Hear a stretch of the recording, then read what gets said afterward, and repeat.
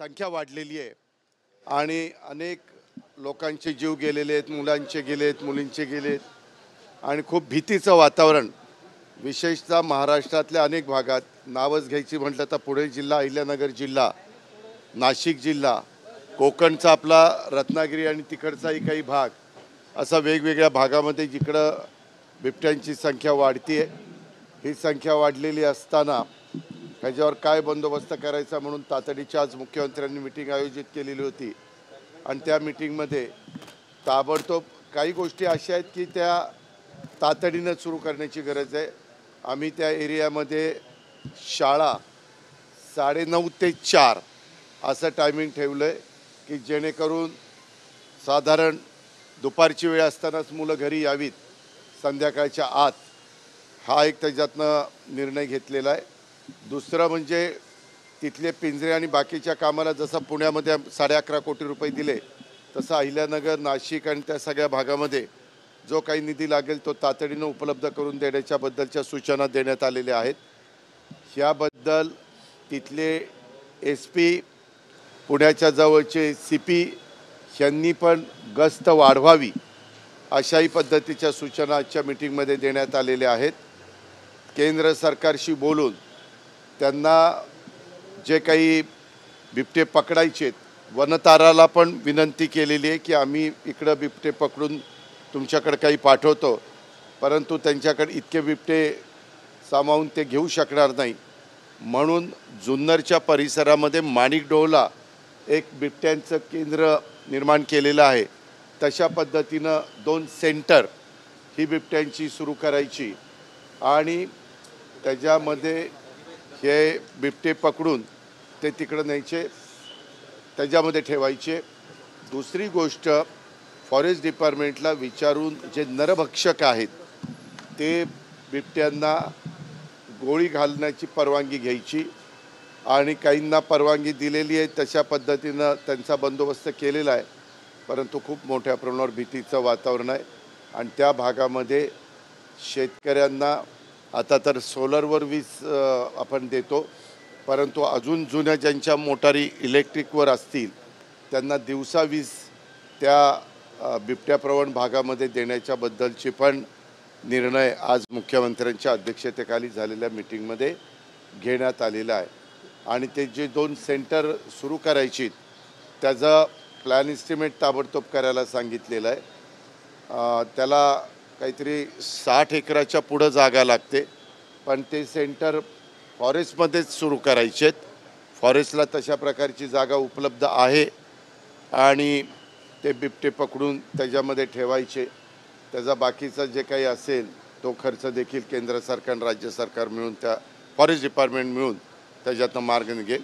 परंतु कुठल्याही परिस्थितीमध्ये तिथल्या लोकांचं जे काही सुरक्षितता आहे ती धोक्यात येऊ नये म्हणून जी काही काळजी आणि खबरदारी ही SP, कलेक्टर, CO ह्या सगळ्यांना तशा सूचना देऊन फॉरेस्टला पण तिथं अधिकचं लक्ष केंद्रित करायला सांगितलेलं आहे आणि ते जेवढ्या गतीनं बिबटे पकडता येतील तितक्या गतीनं पकडून त्यांना सेंटरमध्ये शिफ्ट करायचं आहे।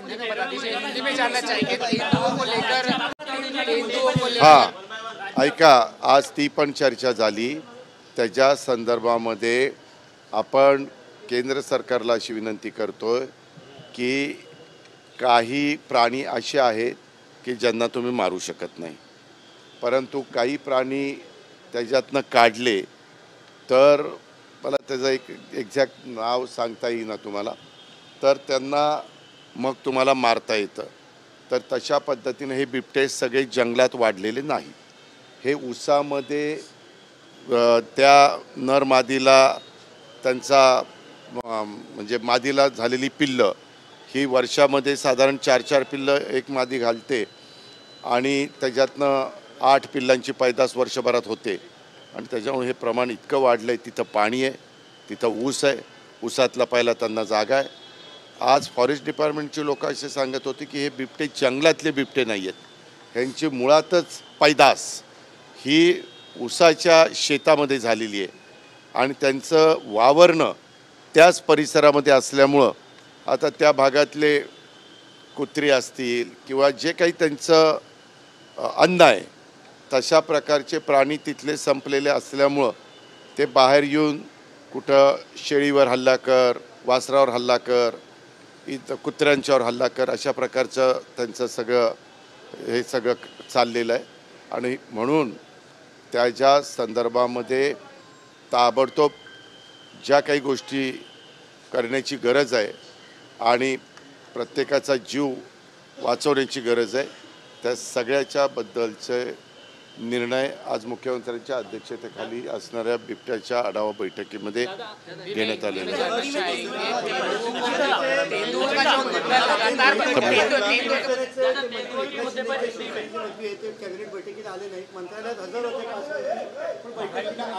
नाही, मला त्याच्याबद्दल काय माहिती नाही. मला ते जाणवलं पण नाही, कारण मी एकनाथराव आणि देवेंद्रजी आणि CS असं बसतो आणि मला असं वाटलं, कारण आमचे पण मकरंदाबा पाटील नव्हते, दत्तामामा भरणे नव्हते, मुश्रीफ साहेब पण लवकर निघून गेले कारण त्यांना जायचं होतं.